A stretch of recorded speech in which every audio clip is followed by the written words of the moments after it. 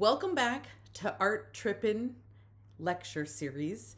Now we are going to discuss what art can do, or the power of art, the power of images. Art has been used for literally millennia, literally thousands of years.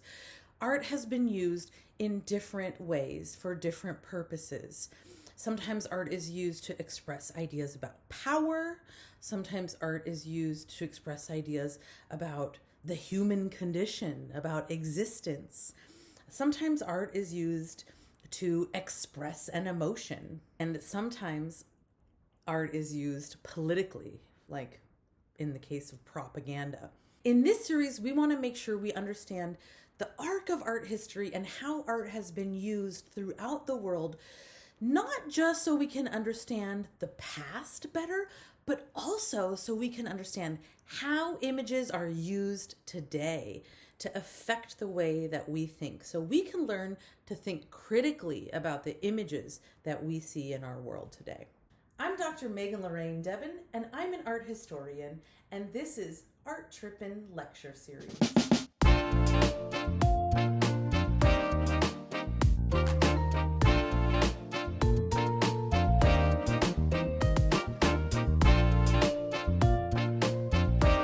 Hi, I'm Dr. Megan Lorraine Debin, and this is Art Trippin.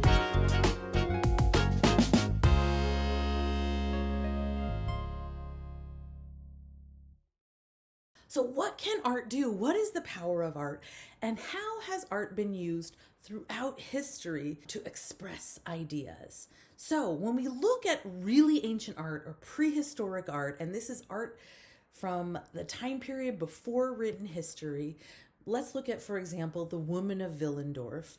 Some scholars speculate that this object might have been used to aid in fertility or perhaps fertility rituals. So sometimes art can be about sort of really basic things related to human experience, like, procreation, sex, sexuality, food, really basic things, like perhaps the cave paintings have something to do with hunting and food. So art might express ideas about basic human needs. Or art, sometimes in art history, has been used to express ideas of power.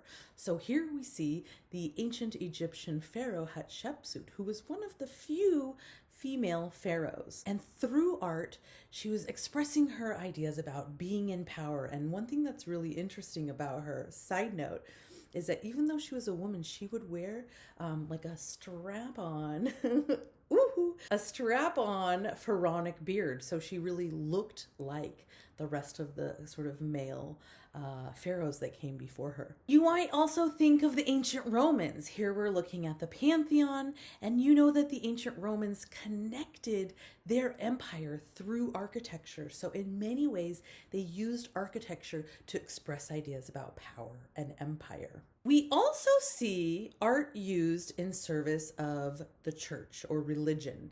And this is something that we see as monotheism spreads throughout sort of the Western world, Europe, and parts of North Africa, especially Christianity and Islam. And we will see that art is used to express both ideas about political power, but also spiritual power, spiritual ideas, and the power of religion. By the time we get to the 1800s, we see a really dramatic shift kind of in the purpose of art.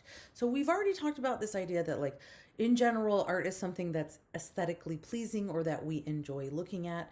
We also mentioned that it might express ideas about sexuality, power, religion, and spirituality. By the 1800s, we start to see the spread of Enlightenment thinking around Europe, and we have this new field of study that's called aesthetics. If you want to know more about that, check out Kant, and we will talk about that here in the series, but check out Kant and this idea of aesthetics, which is basically the philosophy of art. What does art do? What's its purpose? Who does it serve? How and why? And basically, Kant and others were calling for an art that was not tied to power, that was not tied to the patron. So let's go back and think about, say, a Renaissance portrait by Lavinia Fontana. This is an example of like a kind of traditional Renaissance patron relationship. Let's say I'm a wealthy Bolognese woman, and I know Lavinia Fontana does the best portraits of ladies. Maybe I want to get it as a gift to my husband, or maybe my husband will get it as a gift for me when we get married, or maybe I need to make sure I uphold my reputation because women in Italy in the Renaissance were expected to be very loyal. And so we see these little doggies in these portraits with them that indicate perhaps their loyalty to their husbands. So if I am a wealthy patron, I can go to Lavinia Fontana's studio, or she can come to me and paint my portrait. So I, as the patron, have some control over the content of what is being created, and the artist sort of has control over the style of what is created.